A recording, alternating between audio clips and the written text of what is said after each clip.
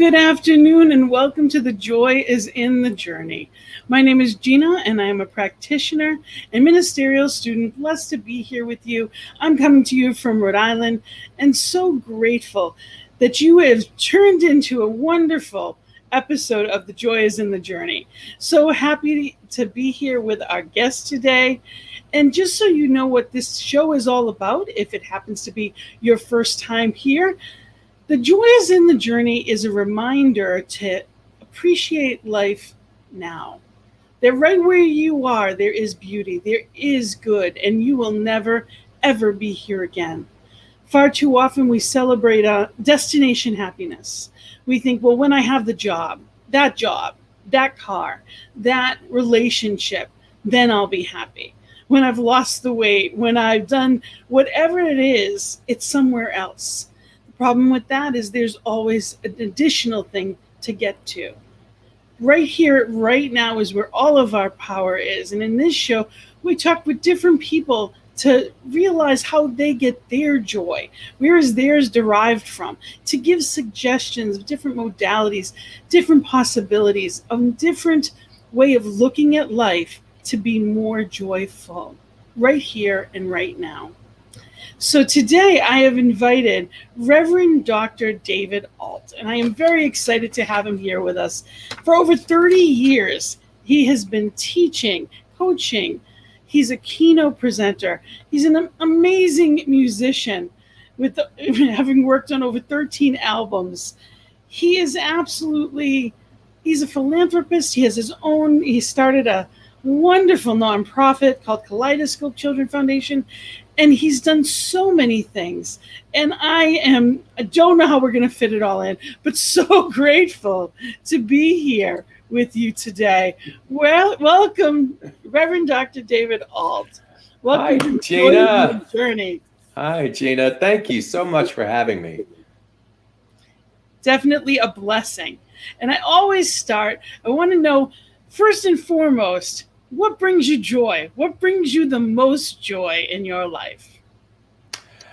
Gosh, that's such a quick lead into my life's work and my life's passion. And that is being with my kids. My kids, meaning all of the children that are a part of the territories that we serve with free education and hygiene and meals and life skills. And so I am completely immersed in joy when I'm in India with my children and observing the sponge-like nature within them that takes the offering of anything like an education and they just embrace it with such enthusiasm. There's no pushing away.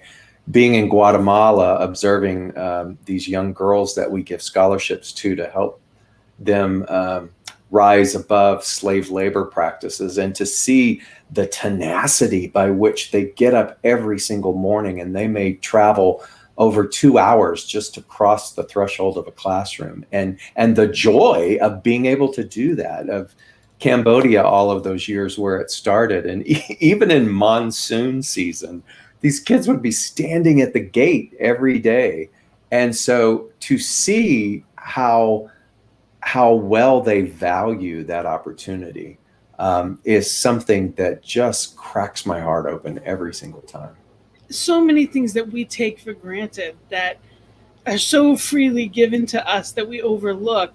And here they are walking hours, doing anything just to have the opportunity for it. And you're talking about your kaleidoscope. I just want to make sure people know how to reach and go to that website, because the work that you do is amazing. And you are in addition to the US, you're in 3 different countries, correct? Mm-hmm. It is Guatemala, India, and Cambodia. Right. And we started in Cambodia, or the beginnings of it happened there just on a sacred site journey. You talk to a lot of people and they will tell you what's the most inspired want-to-go destination in the world, and believe it or not, it's Siem Reap, Cambodia, because one of the ancient wonders of the world is there. It's called Angkor Wat, and it's the largest spiritual complex in existence. And so many, many people come there. I knew nothing about it in the early 2000s, but had an opportunity to take people in 2004. It was a part of a trip that also went to Thailand. And I tell you, when I landed, you ever been somewhere and you go, gosh, this feels like home? It's just inexplicable. There is this affinity instantly. And even though it was just so hard and difficult to witness the poverty at that time, it felt like I was home. And circumstances happened there, but yeah, those places and those kids are just my heart. Sometimes I think that those feelings, maybe those past lives, or there's other opportunities that maybe we were there. Maybe it's more familiar than we realize. You never know. Yeah, we should come back to that because I have something fun to share about that. But go right ahead. We don't have to come back. Well, today, whatever is meant to. Okay, cool. So I love Ram Dass, the teachings of Ram Dass. I used to joke and say I was a closeted Ram Dass devotee for decades. And I just pour myself into his story and his teachings. And in fact, if you ever go to Be Here Now, the network, you can listen to just hundreds and hundreds of archival talks of his. And one of the things he always used to joke about is he would be at a lecture. These are all archived lectures over many decades. And he would get up in front of the crowd and he'd say, "So lovely to see you all again." And it would be somewhere he'd never been.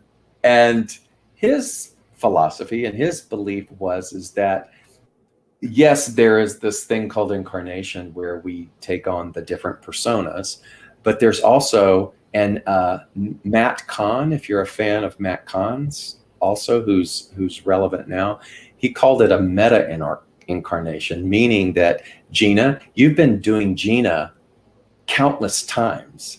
David, I've been doing David countless times. And the first time that kind of sunk in, I went, sometimes those deja vus mean that I, David, have been in this very same spot before. It's kind of mind-blowing to think about it. The Buddhists have a thing called the net of Indra, which is like prisms in a net, and it just every mirror reflects into the other mirror, and then you start to see the infinity of it all. And so when I think of the infinite quantum nature of reality, I go, why not? Meta incarnations.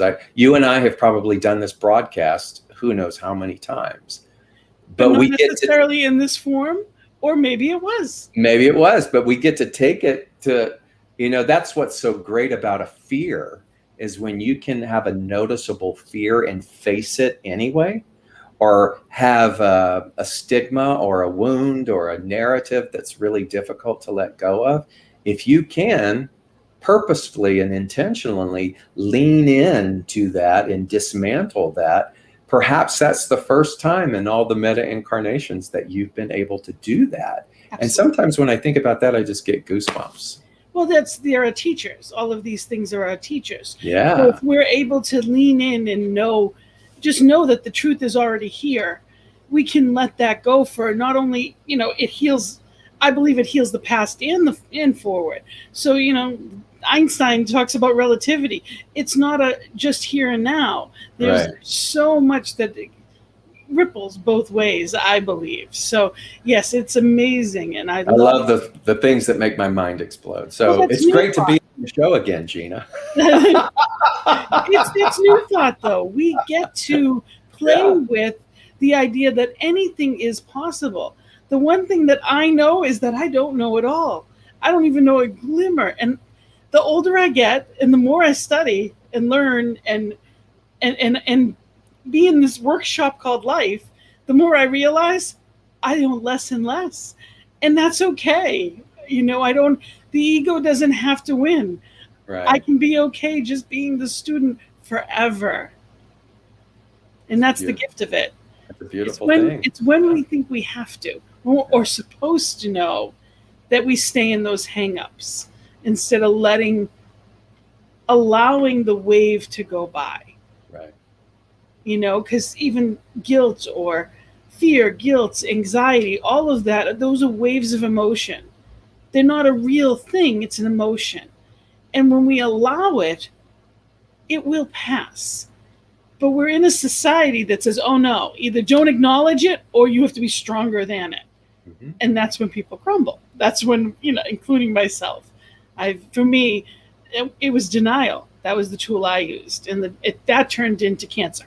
So after a dozen tumors in my kidneys from denying grief, I said, I think I'm going to learn the lesson here and let it process, as Beautiful. crappy as it may feel. Be the witness of it. Absolutely. So back to your many, many, many things that I wanted to talk about. And tell me about the gathering, your wisdom school. You have made it so that we can all be your students, and I love that. So tell me how this works.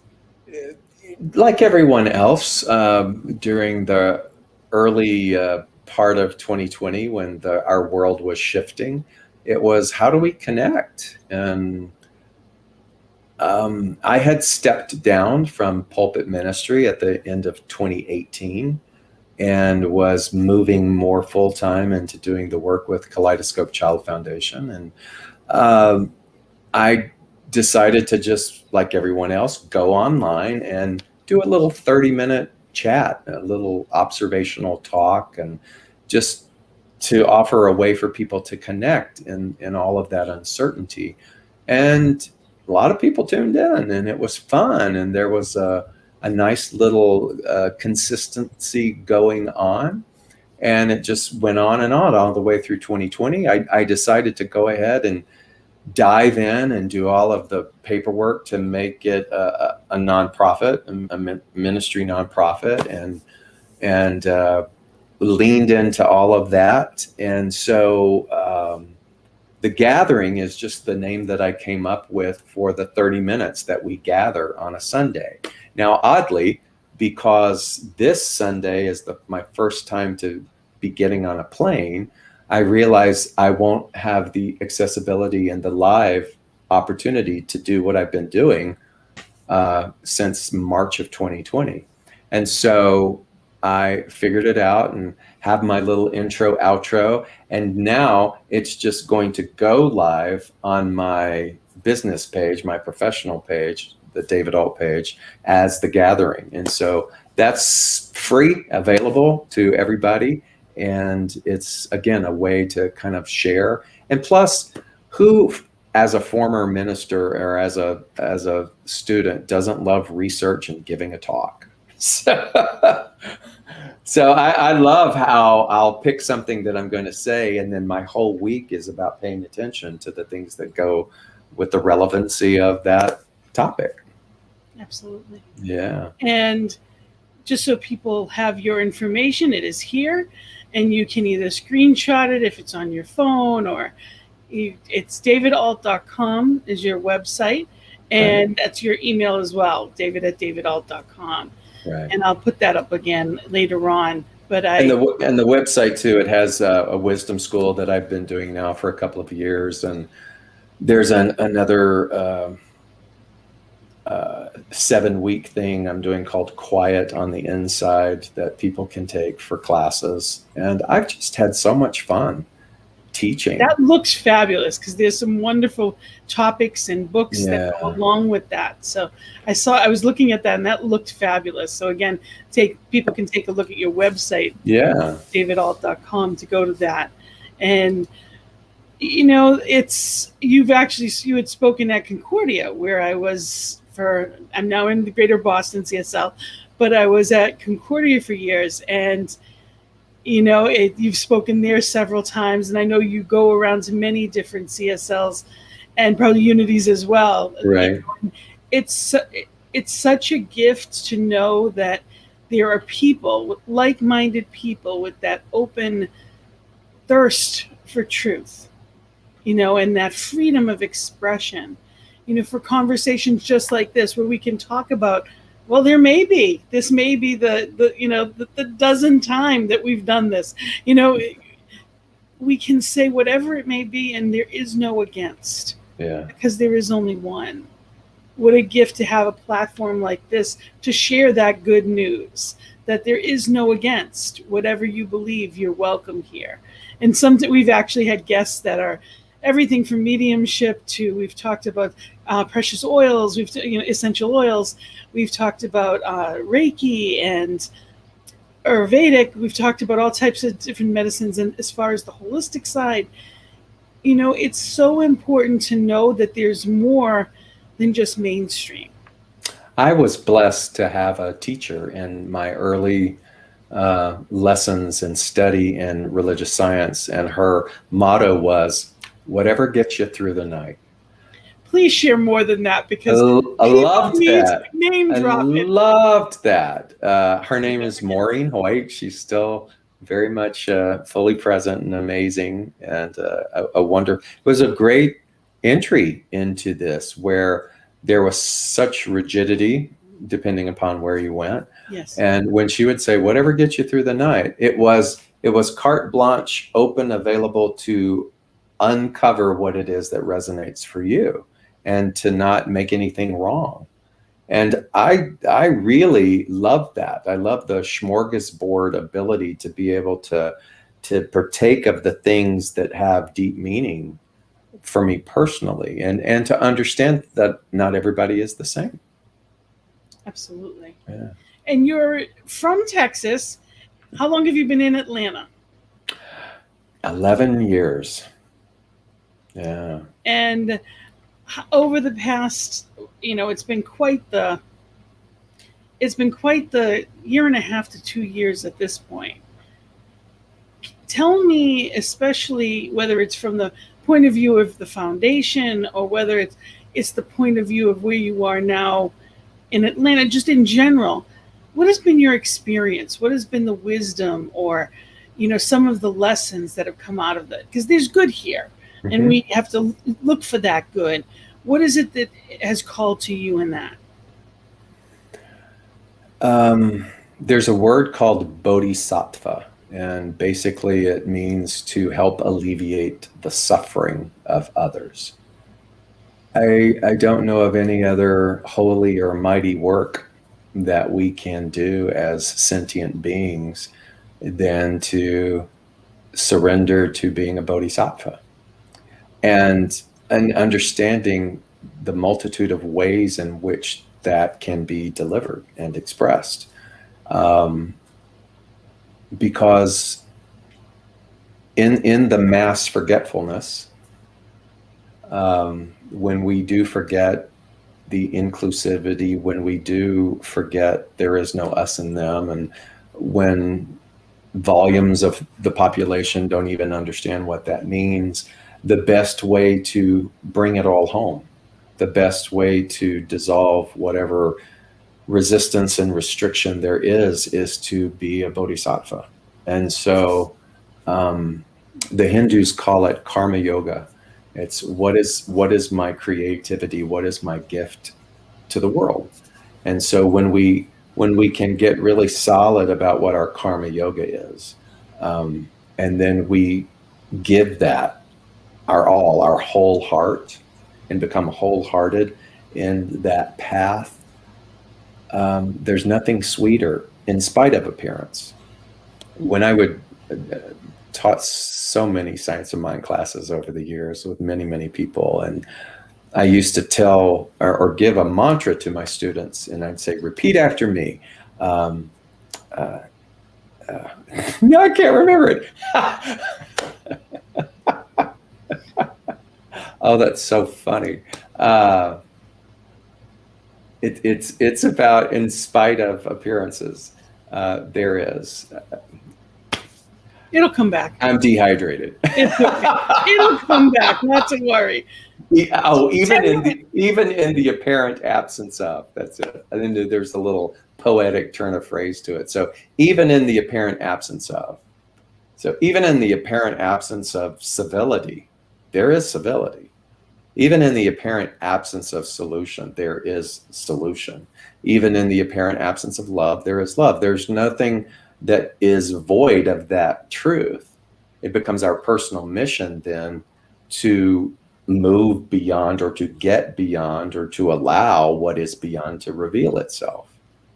And that's nobody else's responsibility. So to be a bodhisattva, to help move people to the beyond the appearance, I think is amazing.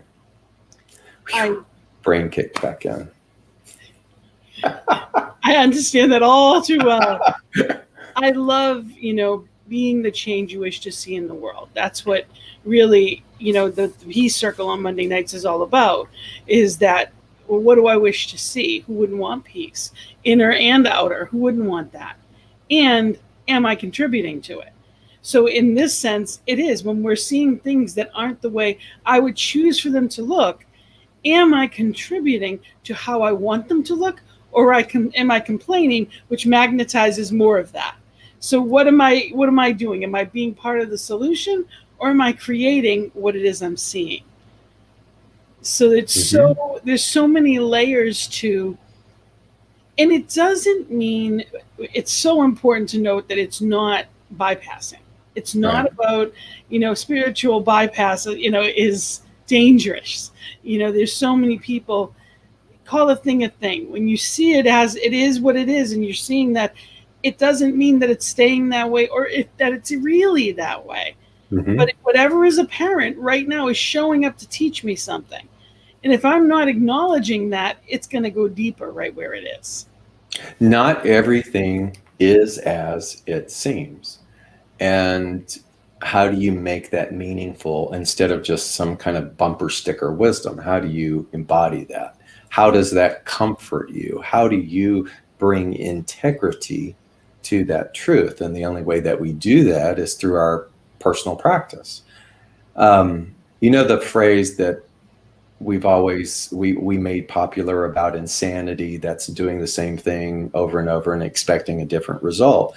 Well, last year I just had this epiphany about a new definition of insanity, and that is looking at a single plane of existence, or a singular dimensional problem, and only leaving it at that, whereas living in a multi-dimensional experience and trying to fix it with a singular dimensional answer,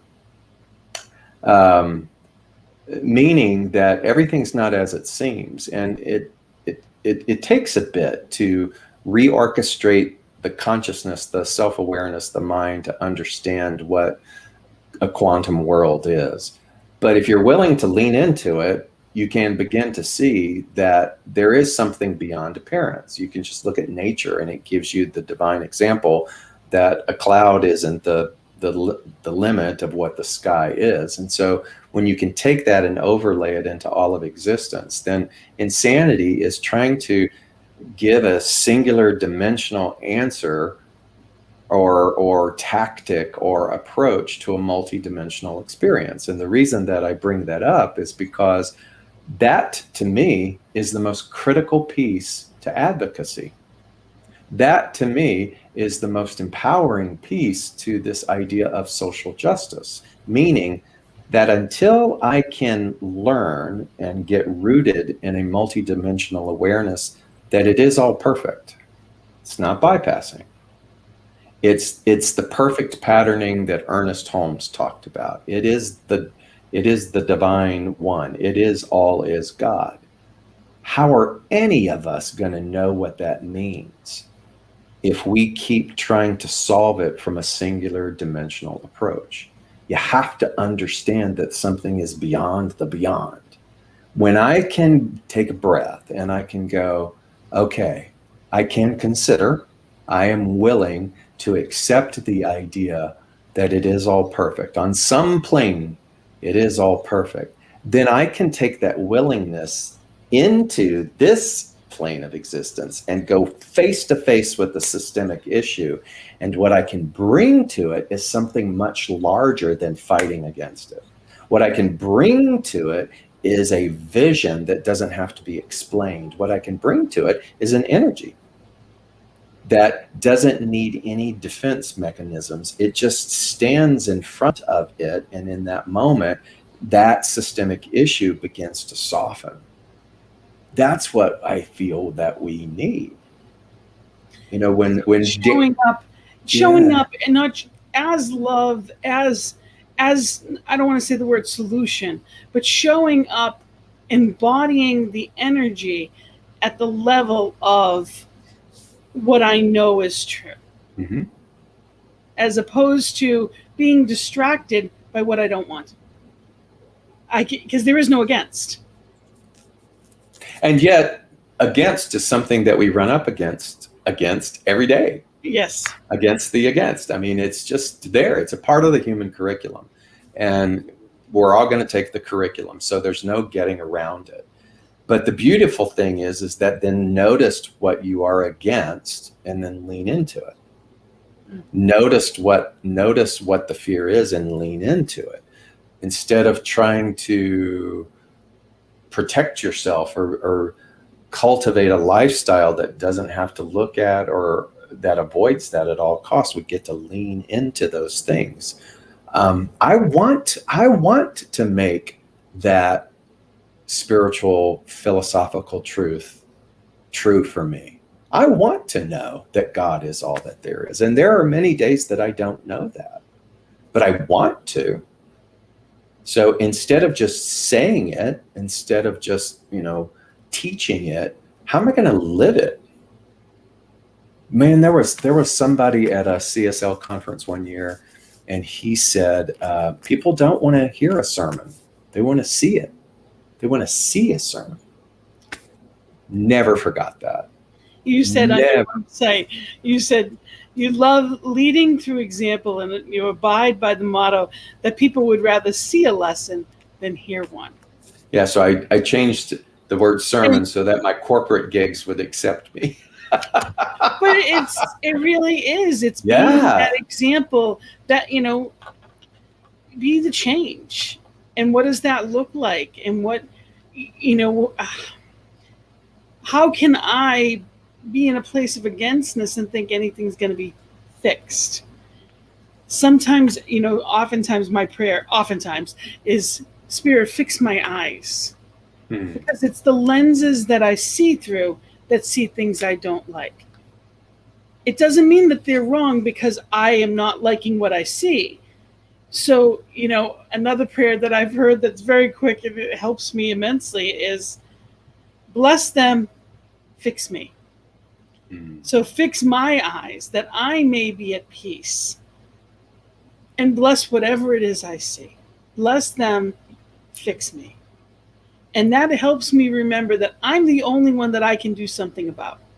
I can offer prayer, I can offer energy and love and know the truth of anyone, but I'm the only one that I can change. And I'm a full-time job. So if I'm looking at you, then I'm not doing my part. So, that fix my eyes reminds me that, that if I can't see out the window, it may be on my side. And it's a different way of what if? Yeah. What if they might be right? Why does there have to be a right and wrong? Because that's how we feel. And it's learning how to coexist in that loving space. I mean, imagine if you had 30 minutes of full-blown awareness that God is all that there is. Imagine. And then look at how that is the cornerstone of our teaching. But I don't know very many of us who really abide in that. And so it's not a right or wrong thing. It's a calling. It's a calling to go deeper. It's a calling to turn to all of the things that might be obstructing our vision to be able to see that. It's a beckoning. It's a beckoning to something that wants us to understand we are far more than what we believe we are capable of. Very true. Wayne said, it's all a design to just blow our minds. Eleanor Roosevelt, she used to say, you must do the thing that you think you cannot do. Yes. And I love that. And because when you do the thing you think you cannot do, you come to the realization that you could have always done it. And then you go on to the next thing that you doubted before. And we spiral, and we just keep spiraling up. Yeah. Because we are the examples for our children, for our family members. We are the examples for everyone we know. And if I allow limits to be on me, then I'm just going to think, well, that's all there is. And it's not that that's all there is. It's all I've known before me. Mm-hmm. If that's all there is, then we wouldn't be here, because spirit wouldn't need to express more. There wouldn't be new people born, babies born every day. Your prayer reminds me of my favorite quote. Anybody ever ask you what is your favorite quote, Gina? Do you have one? I do. Marianne Williamson's. Okay.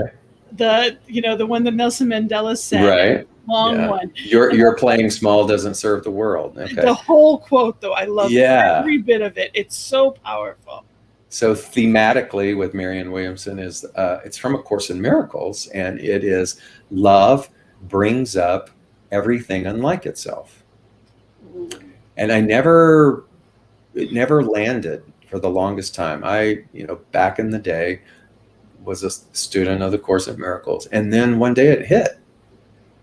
If I stand before you and I say that I'm an advocate for love, then everything unlike love kind of rises up, like steam on a pond. It rises up in my field of experience in order for me to choose differently, in order for me to bring integrity to my advocacy.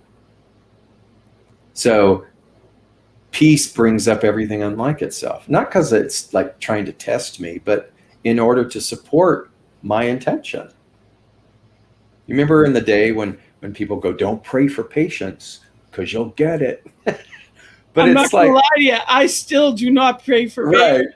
But another way to view that is I'm an advocate for patience. So then everything unlike or that requires patience, it bubbles up again, and it's like okay, what if we did that with all the cornerstones of all the virtues and the things, and realize that when we advocate and say I am for that or I am that, then it bubbles up like it should, like it's a natural part of the process to slough off and to make space for more of that intention.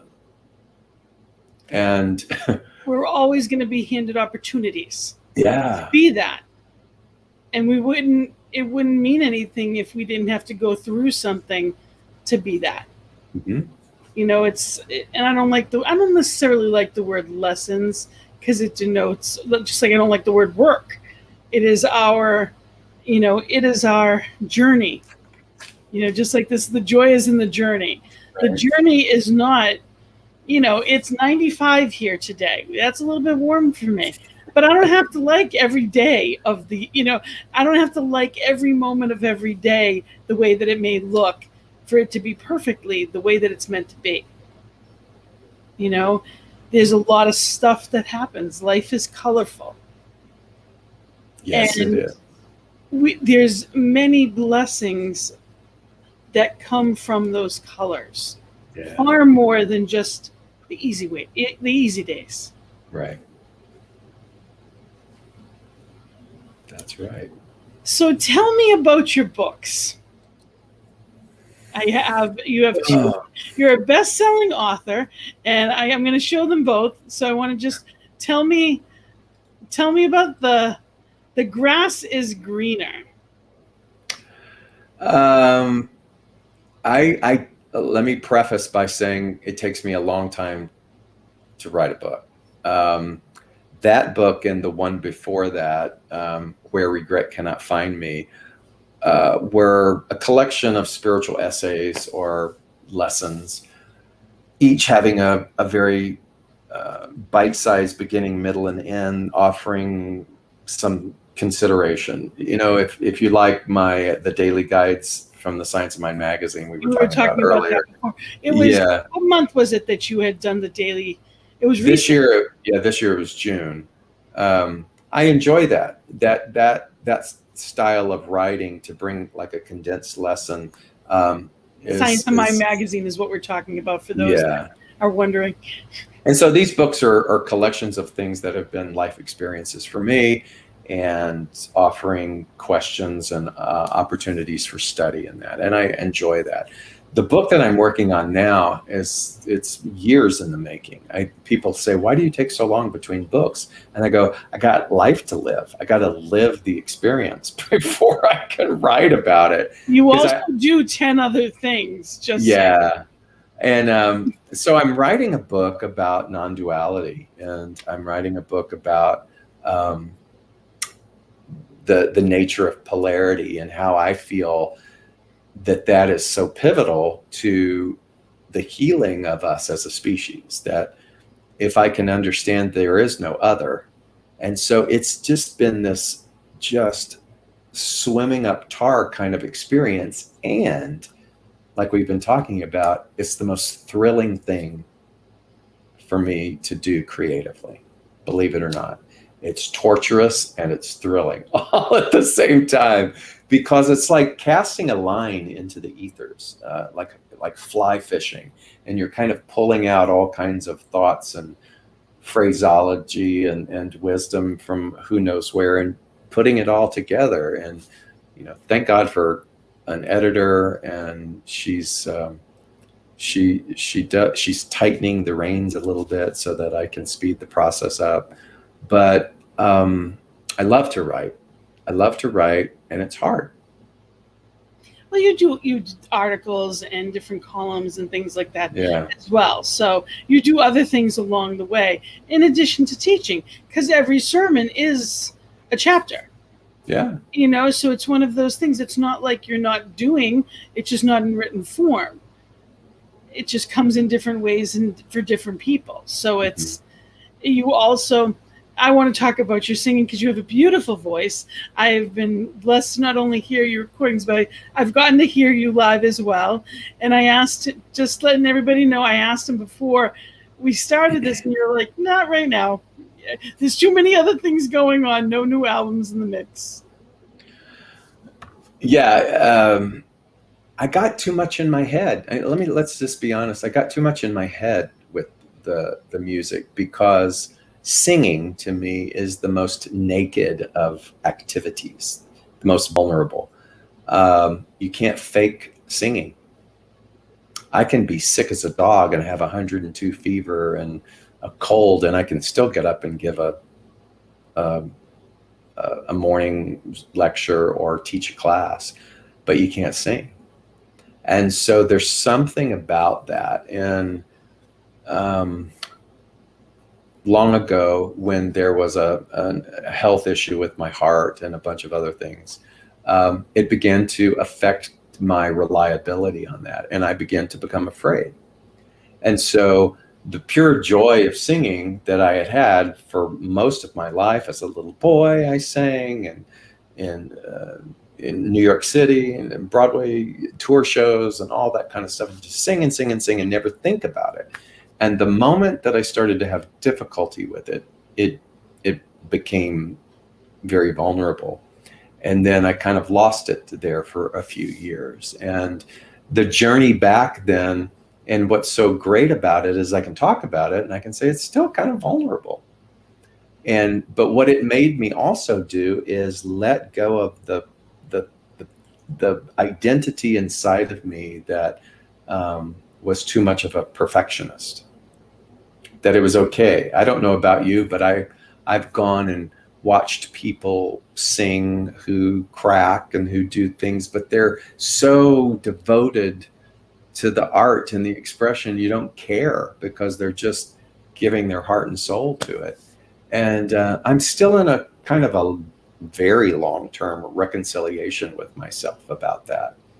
And of course, life just did get incredibly busy as a senior minister and all the other things. But the pandemic has been helpful, because I've been singing a lot on screen to to people. And Karen Drucker and I, who used to tour together, we did a reunion concert last year. So it's still there. And you did it it's on this still working. network. You did it for We did, yeah. Utah Media Network. So thank you for that. Yeah. And just know that we love you and we love your voice as well. I think sometimes things like that happen because it's time for the next chapter. Yeah. You know, sometimes that spirit, it takes what it takes to get us in a door. Wow, Gina, you're so right. You're so right, And because then I never thought about it. Time for a different voice, your different voice came. Yeah. And when it was time for a different voice again, and doing different works, that came too. So you've gone in stages, and it's it happened for me on this network as well, that I was in a class and I really saw I had a calling, never planned to go into ministry whatsoever, and I ended up with a knowing that it was meant to be right at the end of Prac 2, and I said, okay, started classes right away, but in no hurry. And then I got the knowing I'm meant to be in Boston, just knowing. I'm like, oh, okay, then I'll do it. But it was one of those I didn't want to. So I was in a class, and Reverend Dr. Tony LaMotta, who is very straightforward, and if you know her, I'm not sure, but she's very to the point. She said, well, what would you love? And I'm a life coach, and I say that to people all the time, but it's one thing to be the teacher, and it's another one to be taught, because, it's not as easy on the other side sometimes. And she really caught me with it. But what would you, that's nice that you're going to do this, but what would you love? And 2 days later, I met with Reverend Robert about the network and started my shows. Beautiful. This was my passion. This was my love. And I ended up in Boston. So everything happened, but Spirit showed me you can have both. So you're doing all of it. Yeah. One of the things that came, and it started with this like year and a half long cough, but one of the things that happened with that and the debilitating nature to that is it made me stop traveling. Do you know I used to travel 38 weeks out of a year? And it was at a time when it was predominantly New Thought music, and I really was kind of pioneering a whole new territory and building on what I had done as a part of a trio with Alliance and my work with Louise Hay. And so it was nonstop, but what happened made me stop. And a series of circumstances of being at home. And that's when I wrote my first book. Because that, like you were suggesting, you're spot on, is that avenue of creativity and expression got redirected. And I don't know if I would have ever taken the time to do that had that not happened. Another one of my prayers is, what would you have me be? Yeah. What not do, because doing was my whole life, but it kept me from being. It was easier to do because that's how I found my worth. Right. Than being where I didn't feel good about myself. Ooh, I'm going to high five you through the screen. High five on that doing thing. I know. Because it was easy. When you were happy with me, I could be happy. Mm-hmm. But otherwise, I didn't know how to feel worth. I didn't know that it was inherent. There wasn't that. I didn't have that self-love. So if you felt good and I did for you, then I felt worthy. Yep. So that, now it's, what would you have me be? And the answer is now ministry, which again, I'm like, really? But that's not the story.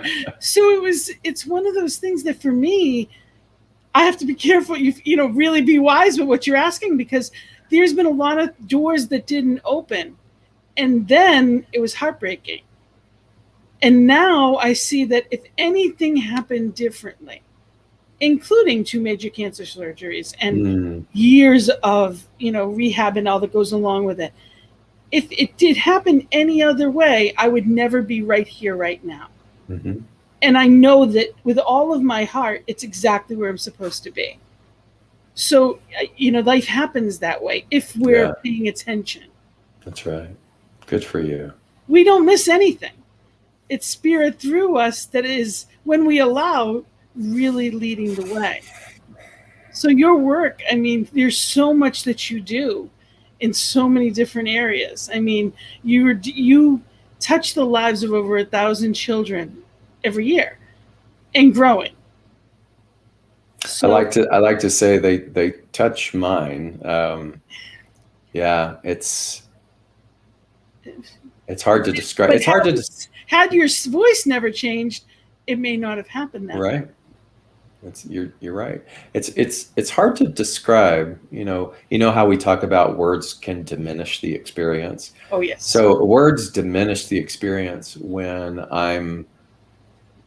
I stay for great lengths of time in a slum called Lakhanpur in India, and with people who have nothing, and then an adjacent slum in the smallish city of Bodh Gaya, which happens to be where the Bodhi tree is, by the way.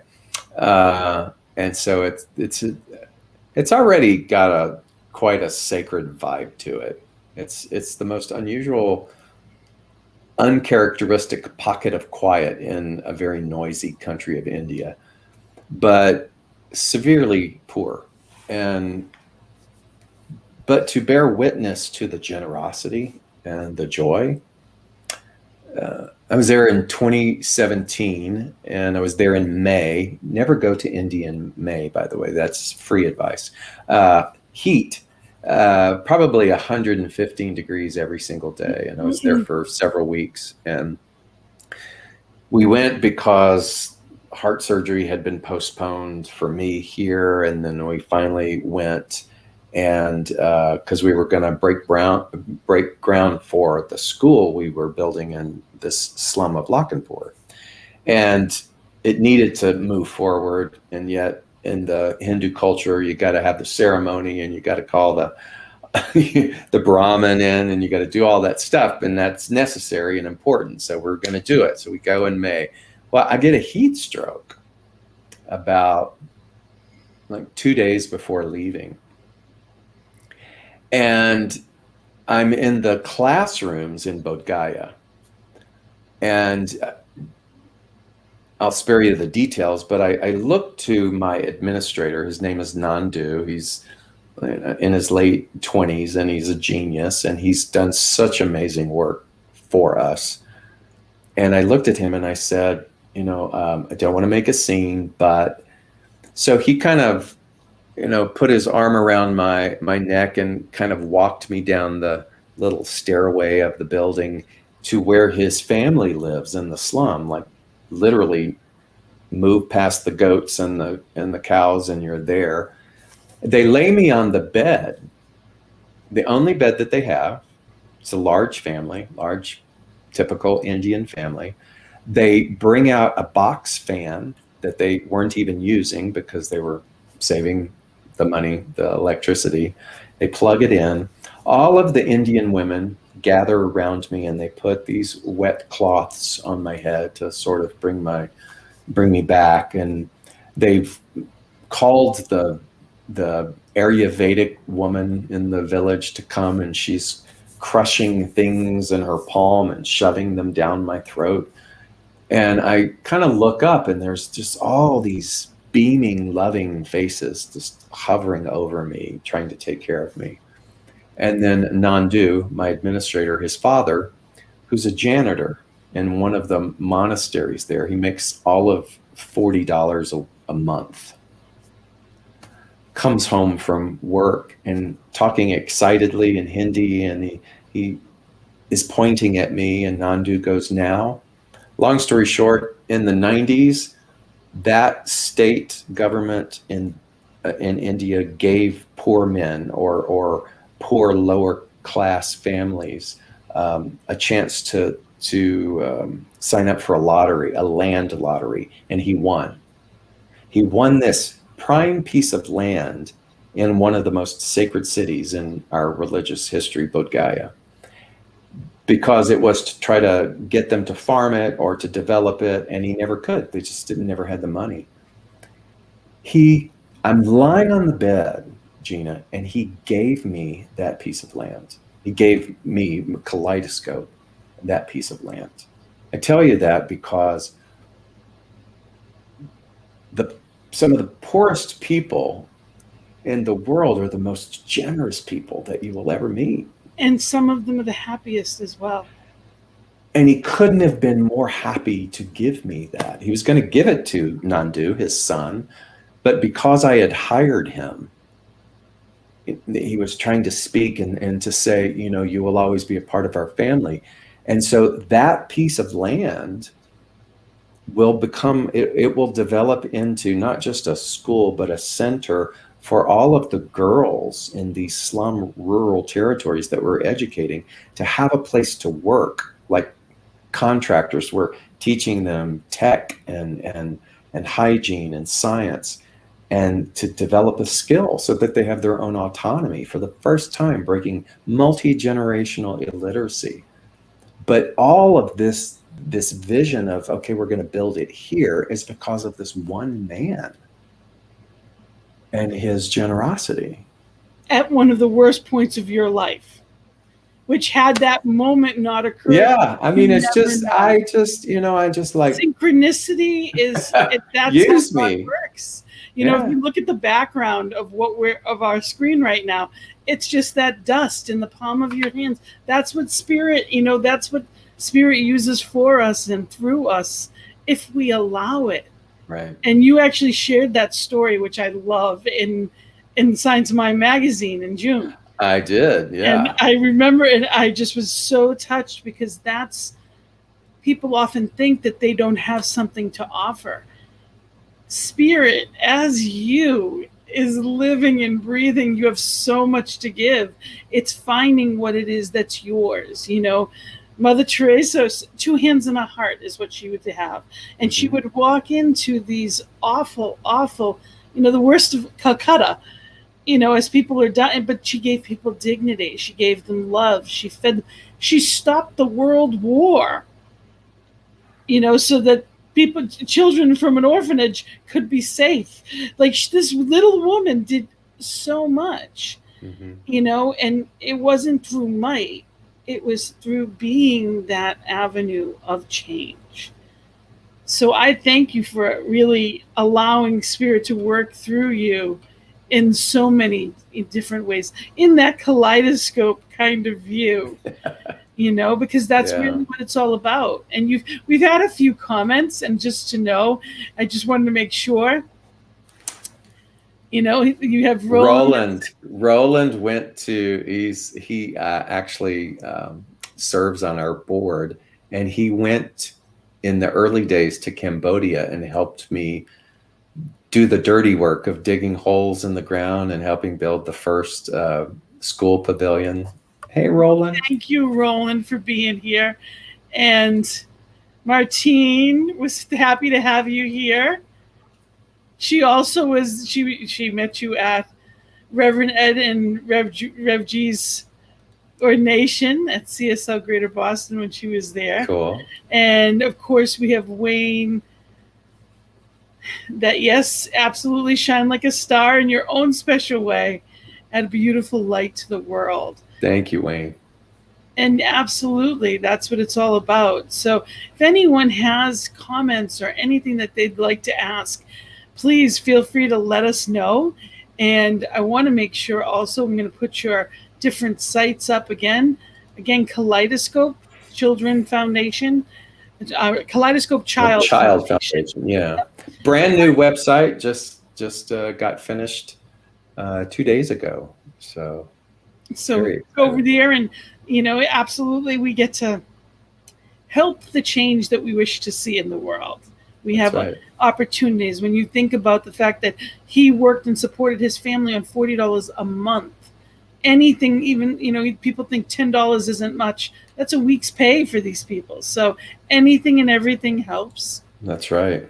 And your website, your email, if people wanted to send a question directly, they can reach you at david@davidault.com, and the website with your classes, both the one that's weekly so they can hear you weekly for your message, or if you're interested in the gathering, which is your online, you have that. I have the wisdom school, and then a 7-week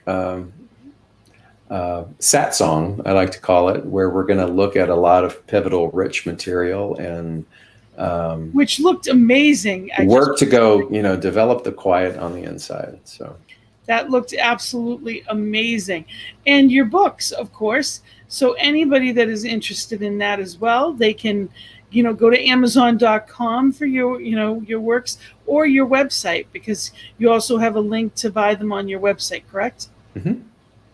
So just know that, we love the work that you do, and I am a fan and so grateful that you are here. And I know it's not a brief question, but how did you know you were called for ministry? Because I usually start with that, and we ended up on a twisted road. So I guess I'll end in that. How did you know that you were meant to be a minister? I didn't. I was a nerd. I love to learn. And, my mentor was Louise Hay. She was like a mom to me. Traveled with her in the early days during the 80s, and in a very painful time in our history, with the experience of many people going through AIDS, and just watching her navigate through all of that and do her best to love people. And she had been a Science of Mind minister. And so because of her and that time era, we started to sing at a lot of religious science churches, and then a lot of Course in Miracles things. It was with Mary Ann Williamson in the early days, and a bunch of people in the Los Angeles area who were involved in Science of Mind. And so I found out there were classes, so I just started to take them. And it wasn't to be a minister. It was just, I like class. I like to study. I like all of those things. And Maureen Hoyt, the woman I mentioned, Whatever Gets You Through the Night, she was so wise, because when I finished, and this is way back, the next thing was Practitioner. And I was like, I don't want to be a practitioner. And she goes, oh, I know, but why don't you just take the coursework? Because I know how much you like to take the courses. And so I did. And she goes, I know, but why don't you just take the licensing and just go through the test and do all of the paneling, because, just try it. And then it was like, I don't want to be a minister. I know, but why don't you just go through all of the and there you have it.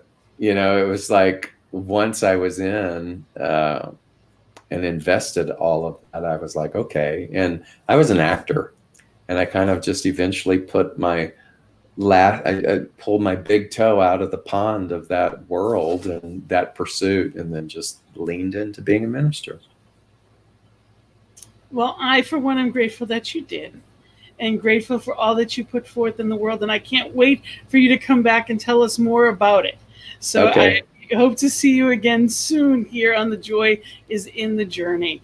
And anybody that has questions, remember, please, that, how to get a hold of, you can go to the website, kaleidoscopechildfoundation.org, or directly to davidault.com. Thank you so much for being here with us. Thank you, Gina. You're so good at this. You're so good at this. That's awesome. I'm grateful to be part of a wonderful, wonderful, we've got newthoughtmedia.org. There's information if there's anything that you want to know. Also, to donate, you can go to ntmedia.org and click the donate button. Know that we are here spreading good news because of people just like you. So let people know about the station. Let people know about this particular show. Share it. Put it on your page. Let people know there is good news out there and that we have fun doing it. So really, being in this place with you has been a gift. It is definitely a joy in my journey. So thank you so much. And I am wishing everyone, may you all find the joy in this day. Don't hold off. Be right where you are. Find the joy right here and right now, because that's why we're here. That's really why we're here, because, what are we giving if we're not being in that state of love? And that doesn't mean we're always happy, but we are fully content. But there is that joy that is always available. That spirit, as you, I am knowing and holding for you. So thank you for the blessings. Thank you so much for being here, and thank you all for being here and watching. Have a blessed day. Blessings and love. Namaste. Namaste. Bye, everybody.